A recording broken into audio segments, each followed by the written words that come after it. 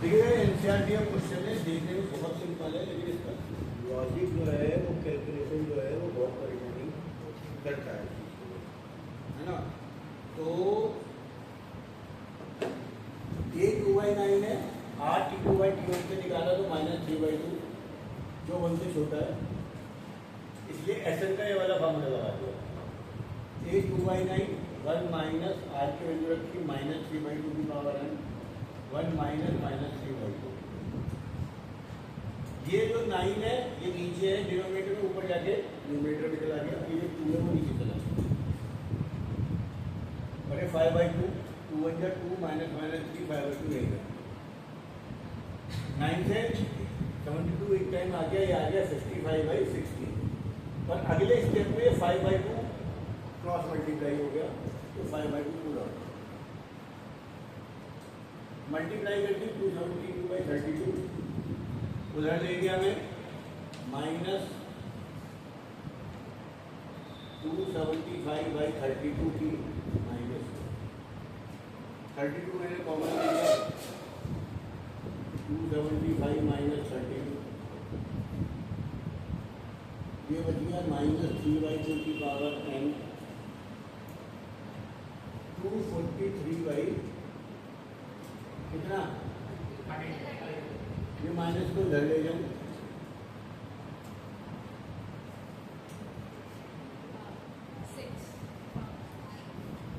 अब ध्यान से देखो ये भी 2 की कोई पावर बननी चाहिए, ये भी 3 होनी चाहिए, सेम होनी चाहिए। मैं ये लिख रहा हूँ -3/2 की पावर, अगर 6 होता तो इवन आ जाती, पॉजिटिव आ जाता, इसलिए n क्या हो गया, क्या पूछा इसने, नहीं पूछा था। तो ये अपने आप में कैलकुलेशन वाइज थोड़ा सा दिक्कत करता है सवाल, ये वाली बात आप लोगों को ध्यान रखनी है। एक सवाल बेटा देख रहे हैं यहाँ पे आ रहा है, इसका हिंट देख लो, उतारना बाद में। T4 दिया है 1/27, T7 दिया है 1/729, T4 होता है AR3, T7 होता है आपको पता है इक्वेशन 1 को इक्वेशन 2 से डिवाइड करोगे,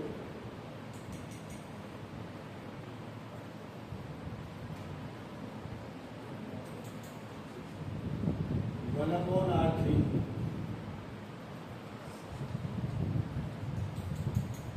1/R3 आ गया 27,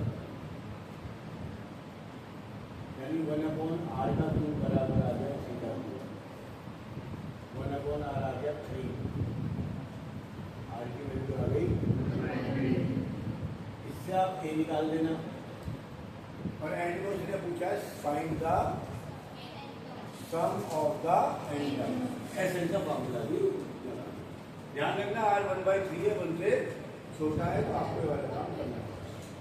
इसका एक एक्सरसाइज 10 क्वेश्चन और कराएंगे तो ये आपकी एक्सरसाइज खत्म। चलो 10 भी वेरी इंपॉर्टेंट क्वेश्चन है।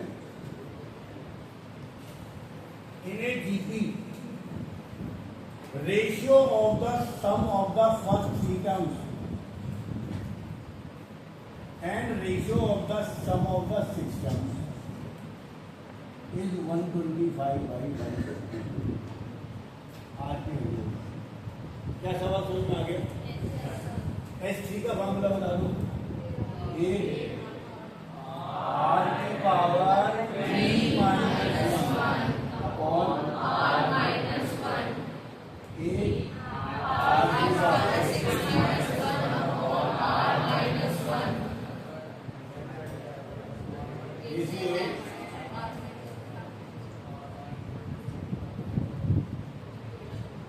दक्षिण जी बताएंगे इसका क्या करना है।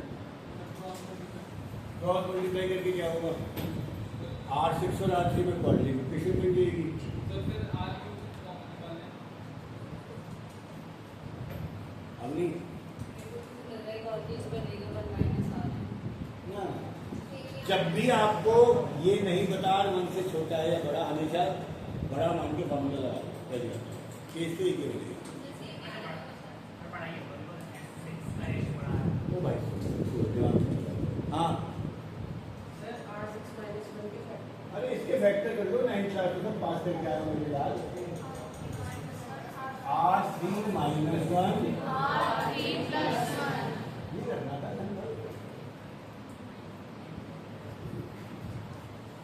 R3 plus 1 हो गया 152 by 155 ये हो गया R3 का स्क्वायर ये 1 का स्क्वायर एक बार ऐड कर दिया सब्ट्रैक्ट कर दिया ये R3 नीचे का ऊपर ले गया तो 152 ऊपर जाएगा 155 नीचे R3 आ गया 152 by 155 minus 1 R3 आएगा 152 minus 155 by R का क्यूब आ गया 27 by R का क्यूब आ गया बस आज ही पूछा था 2 मार्क्स के लिए ये भी अपने आप में बहुत इंपॉर्टेंट सवाल ये कौन सी एक्सरसाइज थी ये आपकी खत्म हो गई अब आप किसी भी स्कूल में होगी ये सवाल आपको जरूर आना है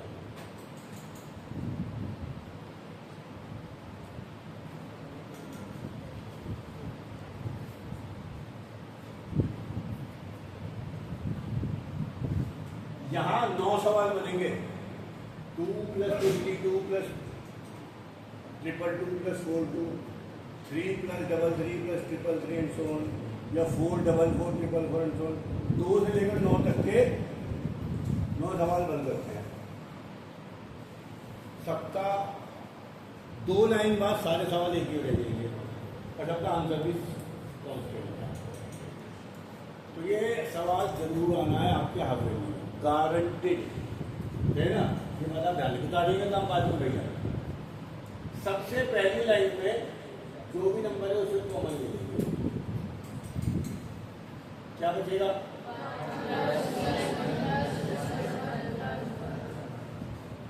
90 टर्म हो 50 टर्म हो या n टर्म्स हो आप एनी मानिएगा इनिशियली और लास्ट जब आंसर आ जाएगा बाद में n की वैल्यू 90 रखेंगे दूसरे स्टेप में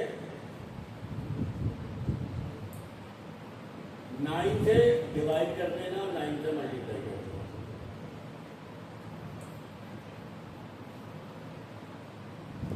तीसरे स्टेप में ये 9 को अंदर ले जाना 9 डबल 9 ट्रिपल 9 मैं यहाँ कुछ भी सवाल दूं तीसरे स्टेप में 9 डबल 9 ट्रिपल 9 बनना चाहिए मैंने ये कह दिया कि मैंने तो 6 दिया था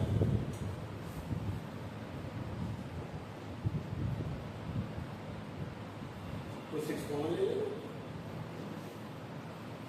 इस 6 को 9 से डिवाइड और मल्टीप्लाई कर देंगे 5 होगा तो 5 को बन जाएगा यहाँ 1 1 1 बनेगा 9 7 डिवाइड आई थिंक ये बात सभी समझ में आ गई अब स्टेप 4 में ये टेंशन मत करना इस 9 को लिख दिया 10 - 1 लिख सकता हूँ 99 को क्या लिखूं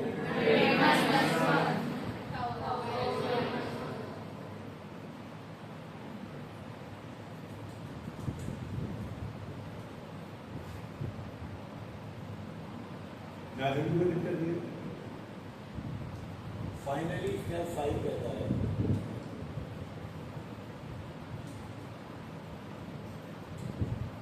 जो पहली टर्म है उन्हें एक ब्रैकेट में लिखो 10 100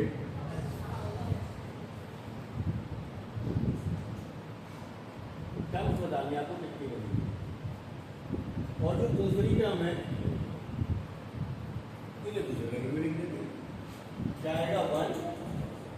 1 1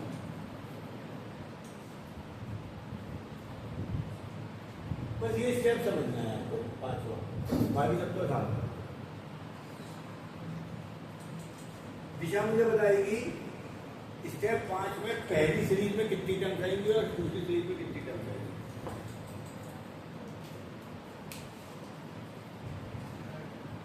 है क्या रोजी 45 अरे नहीं एन मान के चल रहे दोनों में अपनी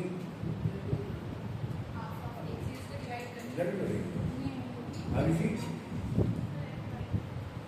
एन बाई टू क्या होता है क्या एन कनिष्ठा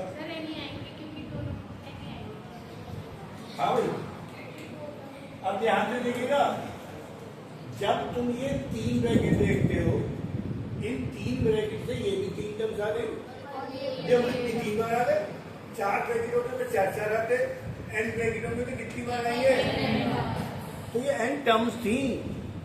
लेकिन हमने हर ब्रैकेट के 2 टर्म्स बना दी थी तो अंतर नहीं रहेगा यहाँ पे रहेगा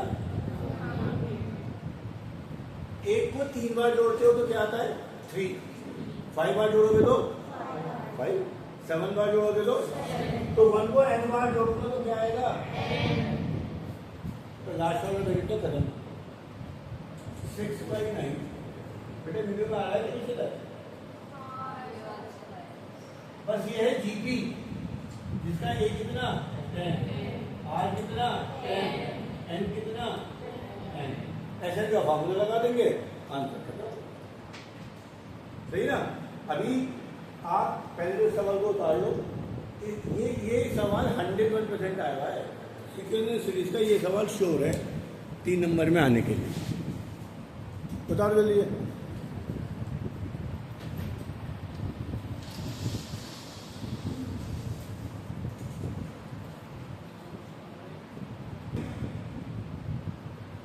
ए आर की पावर n-1 अपॉन और n ऐसे करेंगे ए कितना है 10 की पावर अपॉन 6/9 10 की पावर n-1 अपॉन 9